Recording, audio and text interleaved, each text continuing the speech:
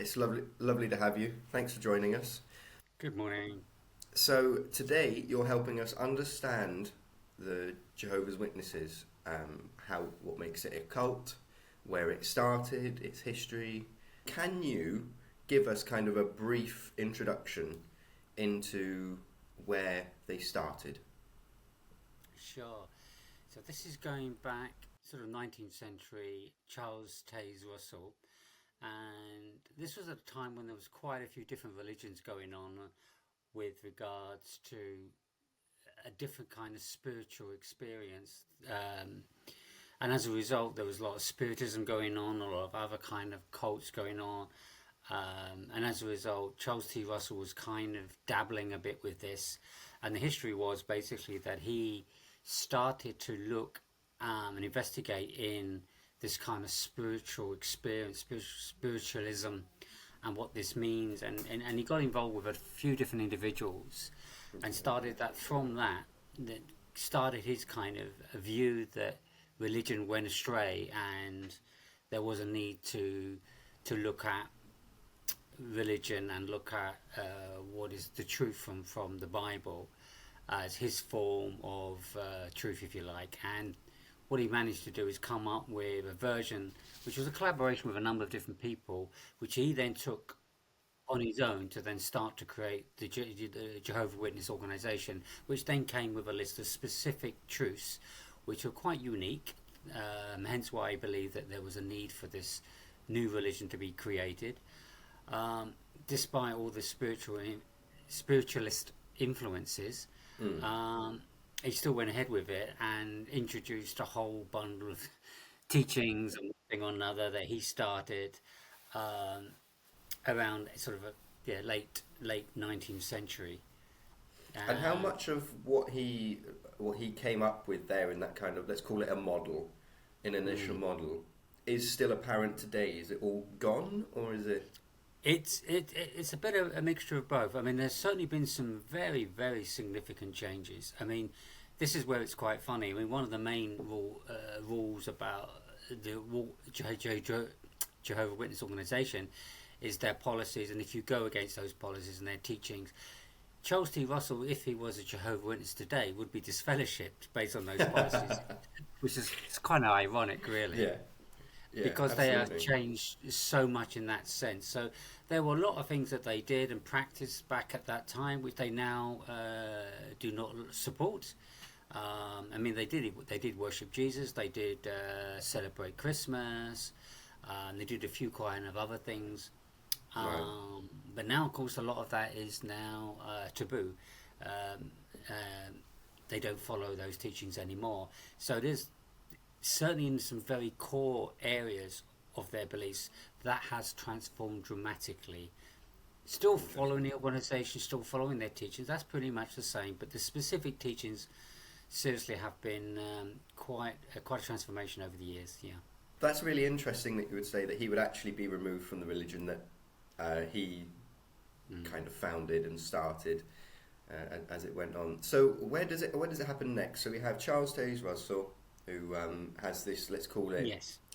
this spiritual awakening. Yeah. What happens Right. next? So the next thing is, so this was like a standalone, unique kind of leadership. So it was just him alone. I mean, he had some people that would support him, maybe part of that leadership team, but he was pretty much running it. And then later on, one of the people that was helping him, that came on a little bit later on the scenes, was Joseph Rutherford. Rutherford, But yeah. Rutherford kind of didn't agree with him a lot on some stuff, and there was quite an argument and disagreement between different policies and teachings and one thing or another, and eventually, as uh, Can you name Charles D. anything Russell, specific that they had a disagreement on, or was it just oh, that they did and it was catalogued? I think it was more about pride. I think Rutherford Right, just wanted to be a lot more significant, a lot more powerful. Charles D. Russell didn't have that same kind of dynamic leadership that Rutherford had. He was a very kind of aggressive individual compared to Russell, Charles D. right. Russell. And so Rutherford just wanted to do things his way. It's very much a personal thing. probably did have some disagreements on one or two things, not that I can specifically recall. But one of the things that did come out was the way that they had put together the Bible, or their version of the Bible, the New World Translation, and that's undergone many iterations over the years. And Rutherford again wanted to change some of that, and he got involved with dabbling with spiritualists to do so. That caused some big significant changes to scripture. The JW Bible as we know it, and some of it still stays today. You can't go back to any manuscript to support. So it's very much, Rutherford was one of the main instigators in the, if you like, the redesign of teachings within certain scripture, which is very much a personal inclusion, if you like, rather than trying to be accurate to the translation from the manuscripts. It was more of a, okay, this is our teachings, let's change the Bible to fit those teachings rather than the other way around. And Rutherford was a big promoter of that, and that was kind of the main point that he came forward. And of course, as Charles Taze Russell was getting on in age, and when he finally passed away, Rutherford took things over. He became very, very kind of significant in how he took over things. He was the one that came up with this house as well called Beth Serene, where he said that all the prophets will come from old and they will be resurrected and they will live in this big, huge mansion, which still exists today in America. None of these individuals turned up, so it was very much a beautiful house for himself, which is quite interesting. He put out a few prophecies as well. He liked to do prophecies. I don't remember any of them ever coming true, which is interesting. Certainly was a very significant character. And then after that, what then developed was the real significant change was then from an individual leadership to a group. And this is where the governing body began to exist. So as things progressed and Rutherford finally handed over his leadership, it then became very much a committee, and it started off with a small group, about 5 or 6 individuals, and all we have seen from that point onwards is a committee called the governing body, and it's been increasing. It's all becoming a committee thereafter, and it was like a leadership committee that then governed the teachings, the policies, the practices, and everything else. It's funny you mentioned them, because I don't know if you know what's happened with Anthony Morris III. That's worth noting. I think there were 8 and now there's 7. Well, they had a new guy join as well, but I can't remember his name. But yes, I heard about Anthony Morris leaving. I'm not fully aware of the exact reasons. That may not even be made public, I don't know. The thing is that we do kind of know, but it's one of those things, the rest of it is speculation. Yeah, and sure. none of this should be speculation. It should be fact all the way through. Okay, so there we have the beginning of the governing body. And this leads us nicely on to the next point, which is the organisation's policies. Now, the organisation's policies actually become very harmful on so many different levels, even down to the Bible they use. You mentioned their translation. The one respect I do have for the New World Translation is its basis, the 2 people that actually translated it into what it was back then, the old thick black Bible that we used to have as Jehovah's Witnesses. That the 2 people that translated it were actually raging homosexuals. So they actually wrote a book that condemned them. And that, to me, that gained a little bit of my respect. Still don't like the way it's a very biased translation. And even the New World Translation, whilst they kind of drum it into you whilst you're in there, it's the best translation that God could have ever have provided. They've taken one person saying that and put it as a fact, whereas all the other translators are saying, this is the most disjointed, unhinged translation we've ever seen. What's going on with you guys? And they're just like, it's fine. The horde will be satisfied. Well, that's interesting what you said there, Carl, because just to make a quick note on that, I've done a lot of research on this, because this is one of the things I needed to follow up on, was an understanding and appreciation of this. Is the New World Translation such a good copy? And then the best way you can do that is look at all the different manuscripts out there, and there is a huge number, between 50 to 21,000 manuscripts. Wow, I didn't realise there were that many. 21,000 different manuscripts. Okay. Absolutely. And so the consistency of the wording and many of the verses are pretty consistent. And what is interesting is if you look in a couple of different places, I think John 1:1 would be a classic, and also in Philippians as well, chapter 2, where it talks about how Christ made all things, and that's also mentioned in John 1:3, that Jesus made all things, before him nothing was made. But in their version, they got other. So he made all other things, so to suggest he was made himself.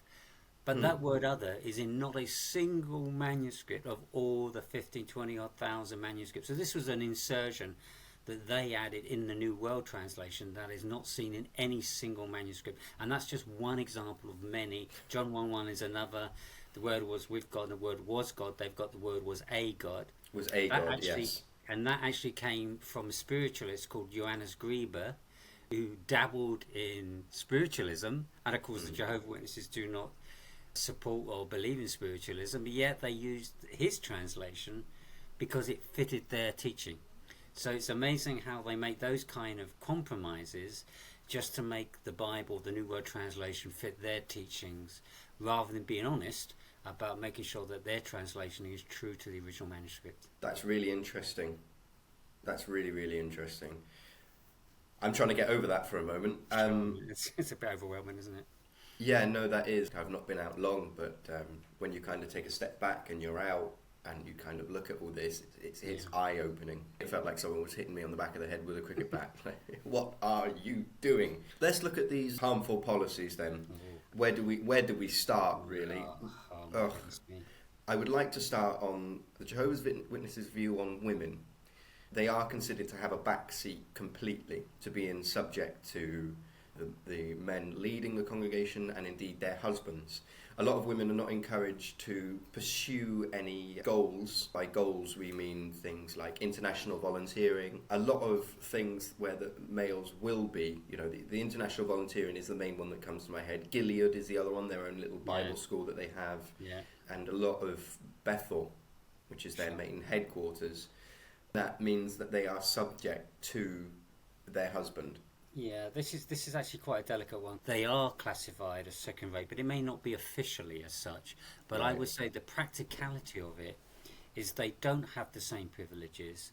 They're not seen, as you say, many of the responsibilities, I'll give an example, many of the responsibilities within a single kingdom hall. So you start with the elder. Now, the elder is allowed to give talks, the elder's allowed to give admonition, advice, act as like a shepherd, and so on and so on. All those responsibilities are purely for the men. There is no role for the women from that perspective. So no woman, no matter how good she is, no matter how much knowledge she's got, no matter how valuable she could be, cannot provide any teaching. The best they could do is do a small little 5-minute, I can call like a mini talk, so they just sit down with another fellow female, and they just say, I've been on the field service, and this is how or whatever.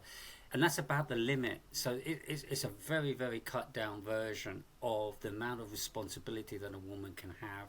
Even things like, the microphone. I don't know what the various latest version of that, but in the old days when I used to be at the Kingdom Hall, it would be on a long stick. And of course, this was again, only the men could have that role. So there was quite a large list that was male only.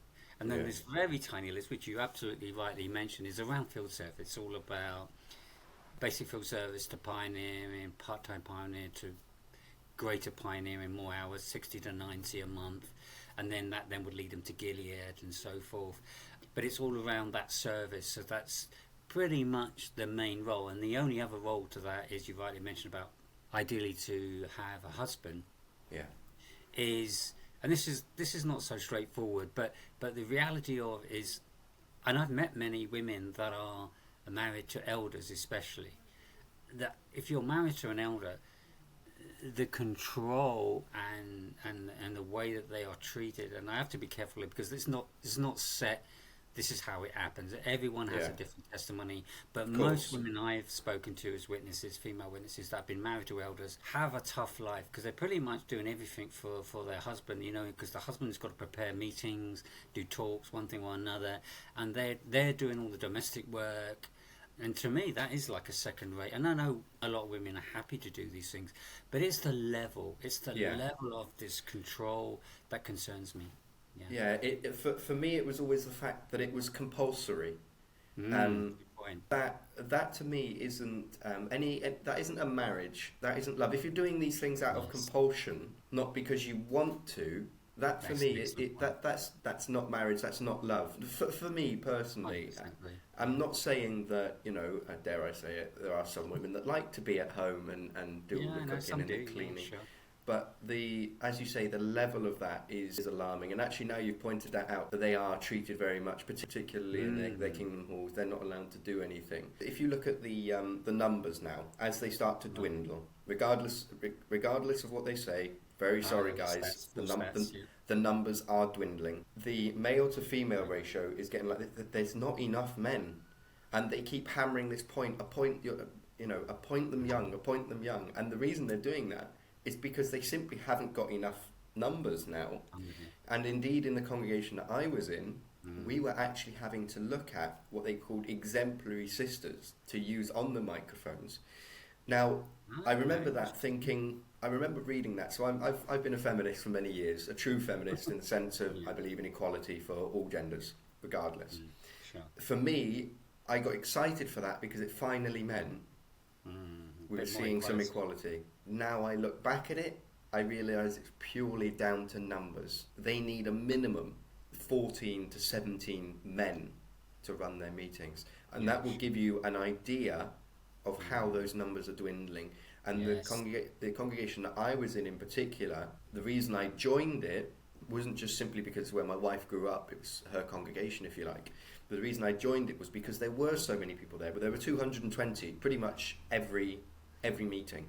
Cue COVID, and we're probably lucky to get 60 towards the end of my leave. Well, just to add to what you said there, Carl, that's really interesting indeed, is a lot of the reports that have come out, and the great thing that the internet has provided is if the organisation, as we know they do, keep pretty much things under wrap, there are ways that things get exposed. There are whistleblowers and what have you. And one of the big things that have come forward I've watched, because I do try to keep up to date with what's going on, is a lot of videos of people going in and taking shots of their kingdom hall or their conventions where there's huge gaps in the seating. Oh, yeah, absolutely. And of course, the amount of kingdom halls that have been sold. So that brings us on to our next policy then, which is the big one, which they will tell you doesn't happen in the Jehovah's Witnesses, which is shunning. Oh. Probably the single most damaging thing that happens. So your shunning starts with two elders trying to find you, to invite you in for what they call a judicial committee, which is where you sit and you explain in very intimate detail what you've been up to. Let's talk about that policy. Do you know the origin of the policy of what we know as disfellowshipping or disassociation, and then indeed what leads on to the shunning? This is where it gets interesting, but pretty much every policy does come from the Bible, in a sense, support some of these policies. Now, the policies come in twofold.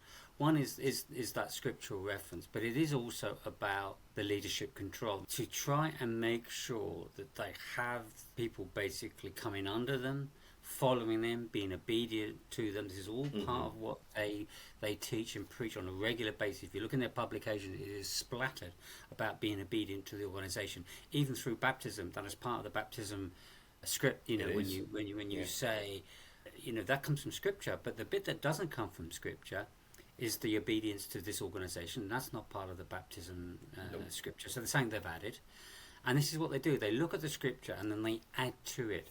So this policy about shunning is about not keeping a good association, and they say, take this, which is purely saying, yes, everyone should be wareful of who they associate with, and then there is this part of the Scripture that also talks about to disassociate yourself from people that are evil, if you like, that people that are danger to you in your beliefs, so that people are trying to go against you or attack you in your belief rather than respecting it. And there were examples in Scripture where there were these, the Pharisees, so on, where there was this very strong reaction to certain believers in the first century. In the New Testament, it mentions about this. So they took that kind of principle, but took it to another level, but basically saying, whatever you do, if you go against us, that is seen as going against God. Now that is nowhere in Scripture that goes to that level. So this is where the policy is taking a Scripture, and I like the way you said it earlier, taking things out of context, and for me then adding to it to then make it a lot more stronger in its approach and adding it as a policy. And as we know, as many witnesses may not know, for any witnesses watching, they have something called Shepherd the Flock, which is the Elders Manual, if you like, and this is a policy book that is not available to other than the governing body and elders. They're the only ones that have access to it. And in there, that's where you'll see these policies. And the original good thing is some people have taken copies and put them on the internet, so you can Google it, you can get copies of this policy. And in that policy, it basically is very, very clear. Now, they do go in kingdom meetings and they do announce a very basic line of that policy. And the basic line of the policy, which they tell members, is if you go against the organisation, if you leave the organisation, if you do anything negative or associate yourself outside of the organisation, any of those kind of areas, that is a potential disfellowship and offence. Yes. And what they then say is that if you commit one of those acts, and therefore no matter how minor that may seem to you, to them it's serious, it was, you mentioned, that would lead to a disciplinary hearing. Now these hearings are very, very brutal and very one-sided. You don't really have the ability to put your case. You can kind of explain yourself, but it's very minimal. It's very much dictated on their terms. If they're not happy or satisfied with your explanation, in most cases they're not, they will just make their decision, make their conclusion, and say that you will therefore be formally disfellowshipped. Now that shunning policy means that once they make that decision, now they don't have to go through the committee, of course. They can just make a unilateral decision if they've got enough evidence from, even from other people, not necessarily from yourself, that they would then write a letter or even declare it at the Kingdom Hall that brother so-and-so or sister so-and-so is now been disfellowshipped. Now this is where it gets interesting. The moment that happens, nobody in the Kingdom Hall is allowed to talk to them.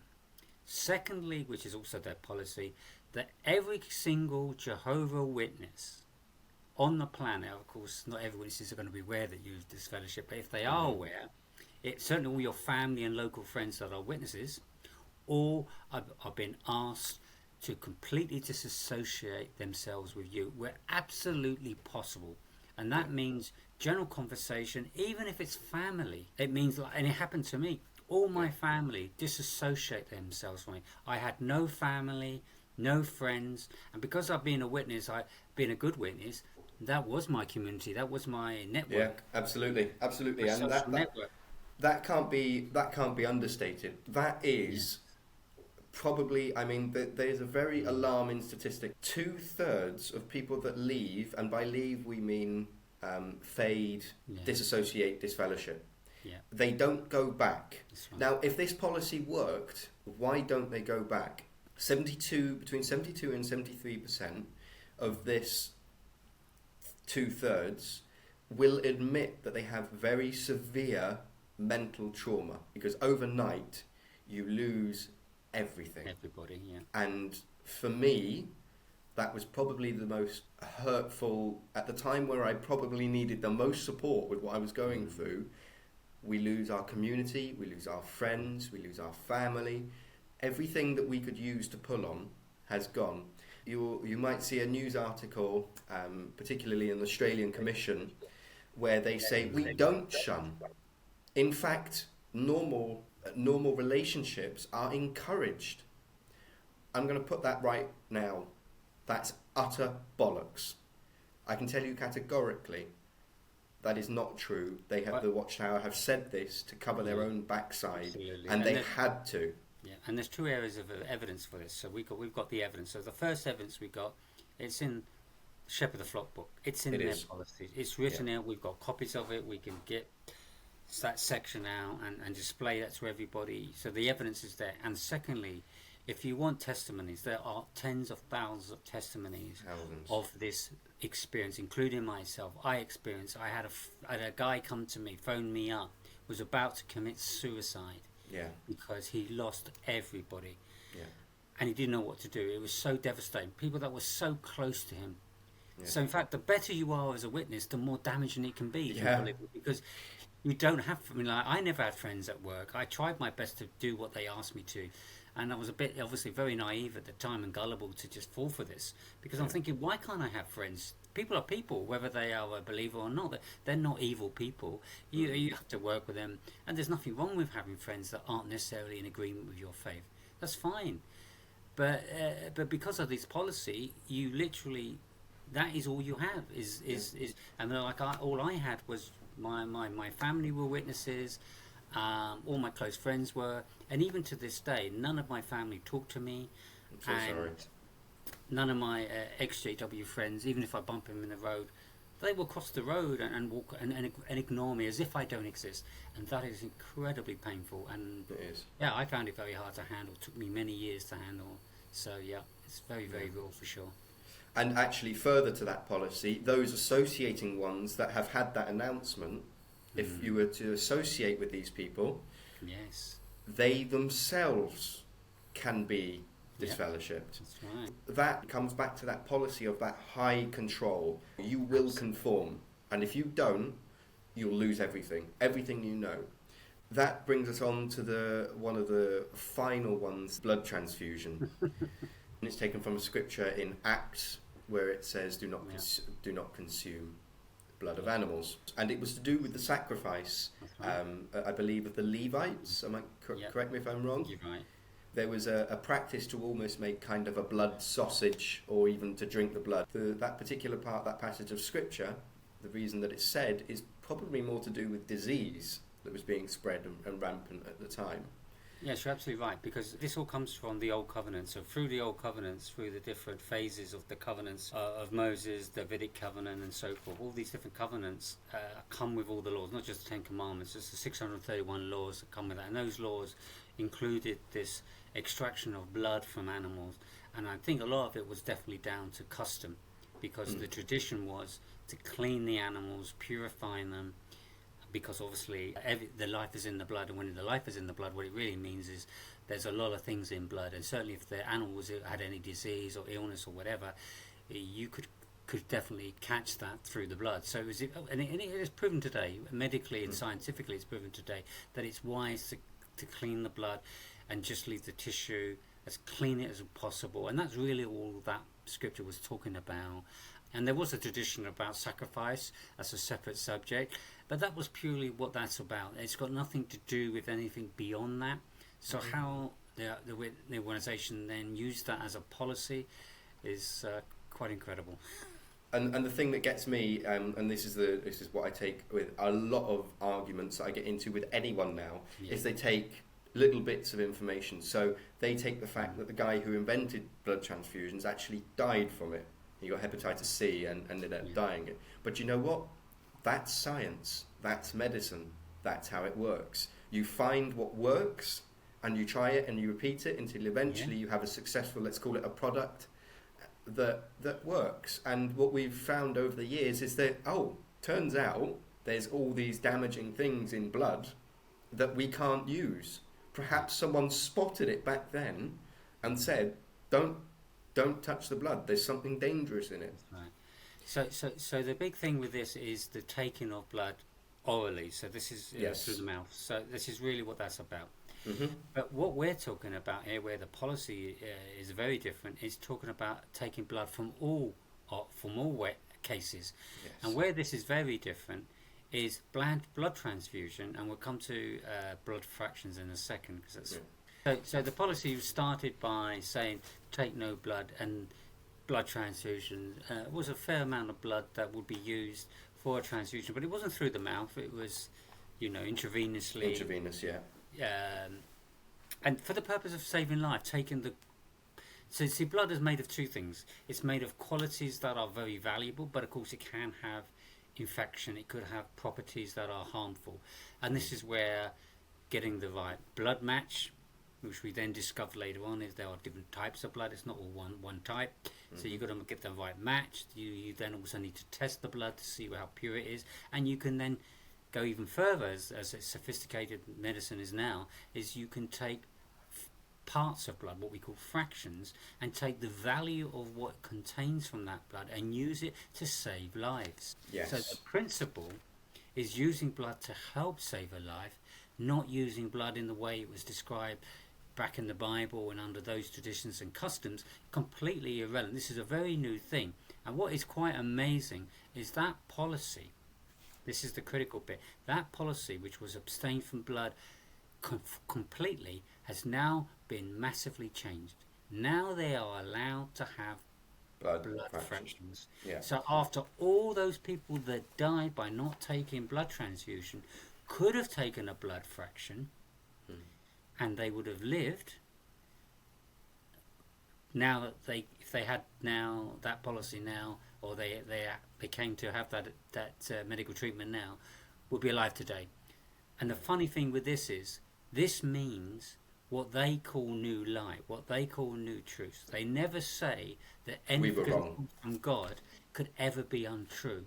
But if a policy changes so that the previous policy is now not in line, or is different, or is in error, or is basically being cancelled and replaced by a new policy, then that is not new light. That means that the previous policy, the previous teaching, could not be true if the new policy is classified as true, because there's a contradiction between the two. Either it's blood and all of blood, or it's not. And they clearly have realised that they made a huge error on this side. They have literally killed thousands and tens of thousands of people that didn't have blood transfusions and died from it. Now could have been saved. Now they've wised up that medically, and in fact the funny thing is, medical science have been using blood for years. In fact, they extract many things from blood and put it into various treatments that Jehovah Witnesses use. Even the most basic things, tetanus jab. Yeah. Very good point, yeah. And that was one of the things that a lot of people start questioning, because most people don't realise when you eat a steak, there's between 14 and 40 blood fractions in that. Yeah, very good point. It's almost impossible to avoid blood completely. You can't avoid it. You can't. It's a vital part of how we live. Even, dare I say it, they will say, "Oh, that's red meat," but though that's red meat, we can cook red meat until the blood fraction's gone. You can't. Where does the blood go? Yeah. And I always remember that, the blood doesn't go. If you can cook it out, then eat blood sausage, because you just cook it. You just cook it a little bit better, but you can't get rid of it. That's right. And this leads me to one very good point. You then have to ask yourself, what is fundamentally the purpose of this policy? Is it because of the policy for which they want to have control, or is it because of the principle that needs to be followed, that is of value to help you as a person? And if it's meant to come from Scripture, the Scriptures do not admonish any kind of teaching to say that you can't take blood. It's all about the principle of trying to save lives. Medical science is all supported, and witnesses are starting to at least agree that. But the problem is, it's taken them, I don't know, hundreds of years to turn around these crazy policies, which always begs the question, what is fundamentally behind this? Is it really because they really care about you as individuals, or is it more, as you rightly put there, Carl, about control that they're more interested in? Well, you and I both know it's more about control than anything else, but it's very hard to convince someone of that. The one thing I would make on this point is that let's go to a very famous account of Jesus being in a crowd of people, where a woman with what we call the flow, it says the flow of blood, which in other words, she probably had what we would call something like PCOS today. So she had a condition where she kept having her periods, bless her. So she reaches out, touches Jesus' cloak, and Jesus is meant to feel that power leave him, and said, who touched me? Now, that woman should have been stoned, should have been killed for what she did. Now, the way Jesus responds shows that when it comes to life and death, life has to win every time. Absolutely. Because it's more fundamentally important. And we can see that with the Sabbath, the law is not for man, the man is for the law. It's the wrong way around. So when the donkey went into the pit, and they, want to save the donkey, want to save the life, that's more important than the law itself. So it's about principle, not about just following the policy or following the law, when it clearly doesn't make sense. That brings us nicely onto the support networks. For those that are leaving, for those that are questioning, for those that are worried, there is more support out there for you than you can possibly imagine. These places can be anonymous.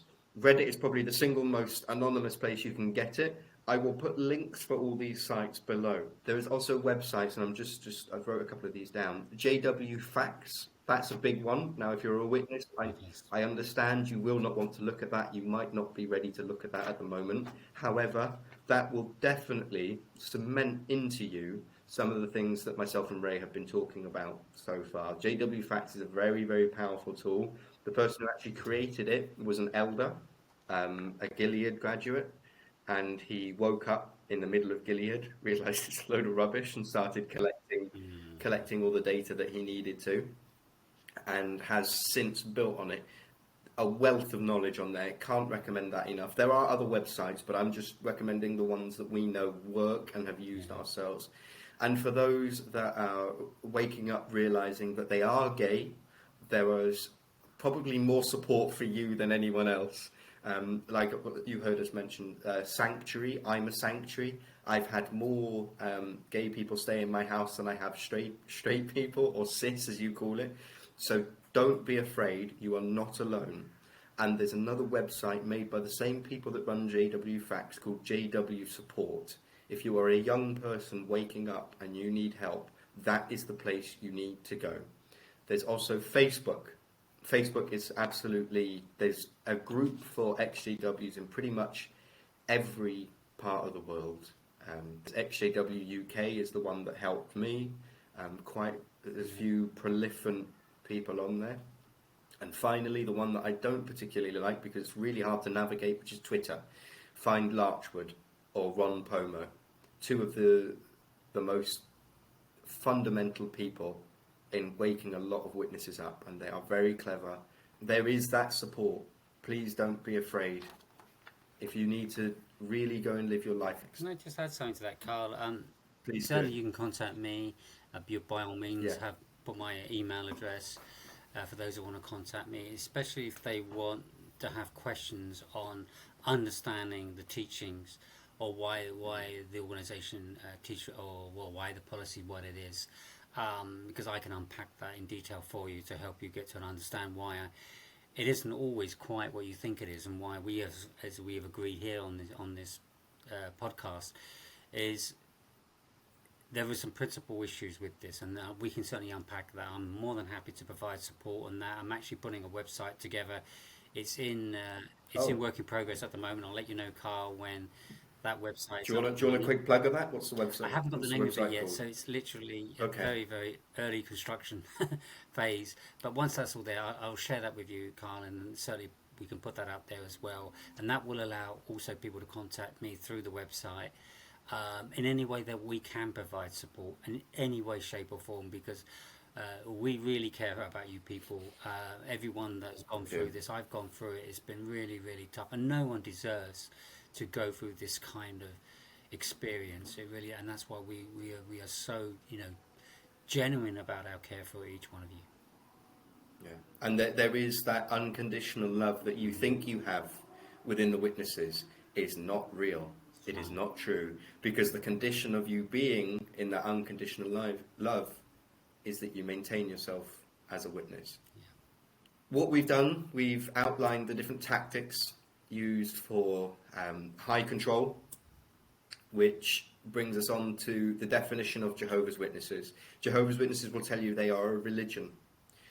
I'm afraid to say that is not true. They are a cult. And the reason cults are dangerous is because when you're brought up in them, you know no different. And we can define a cult in one simple sentence, or one simple question. How easy is it to leave? By the fact that you're here and watching that shows that you know it is not easy to leave. And actually, the thumbnail for this episode will actually have the most common question that we get on Reddit. Mm-hmm. How do I leave this cult? Most of them are a little bit more colourful, shall we say. But the most common question we get, probably something in the region of 17 to 18 times a month. How do I leave? How do I leave? Because you don't know how. You've been brought up. You've been brainwashed. This is not your fault. You didn't ask for this. And that's the key. We will help you. There are people. Ray's happy to put an email address. I encourage you, talk to Ray. His knowledge mine is a drop in the ocean compared to his. This doesn't mean you stop believing in God. Just means that you don't follow that organisation. That, as we say, it is a cult. Yeah, I did go sorry, Carl. Yeah, just to mention, I did go on a very good seminar with Steve Hassan. I don't mind mentioning him. He's an expert in cults. And basically, I forgot the acronym he used, but basically this is all the different forms of control. So you've got information control, emotional control, fear control, you name it, all the different controls. The amazing thing that I found is every single box is ticked by the Jehovah's Witness organization. They have control over your lives in every possible aspect. And as rightly you said, Carl, the way to test this is the moment you try to go against any one of those areas, whether it's leaving, challenging, whatever it may be, of the organisation, you will see a different response. And the response is not, as we said, is not nice. And for many people, they've lost their lives as a result of it. So it's pretty severe. Absolutely, it is. Used for the high control. We've spoken about the organisation's policies. Let's see, we went through the view on women, the ban on blood transfusion, the shunning. We've kind of briefly touched on the psychological impact of leaving the witnesses. If this is affecting you, there is help out there. It'll be linked in the description for you. We will also have a podcast coming out where we have a professional that deals with ex-cult members, high control groups. We have that coming in, I think it's episode 6 or 8. So stay tuned for that one. And then finally, we've given you that call to action to listeners. You have to learn more about this cult. You have to understand how dangerous it is. And you have to support those who have been affected by it. And I mean that if you know someone that's leaving, to support them because they are about to go through hell. And if you have any doubts about anything we said, we are open to be very straight with you and say, research this. Don't take our word for it. Research, fact find these things, and certainly don't rely on the organisation or the elders or whatever to tell you. Validate and verify these things, and then you will really find out what the real truth behind the scenes is all about. Thank you so much. It's been an absolute pleasure to do this. You're to welcome, do this with thanks you. for inviting No, me. no problem. We'll see you again for one of the other episodes as well, I believe. Yeah. Sure. Look forward to it. Take care. Bye.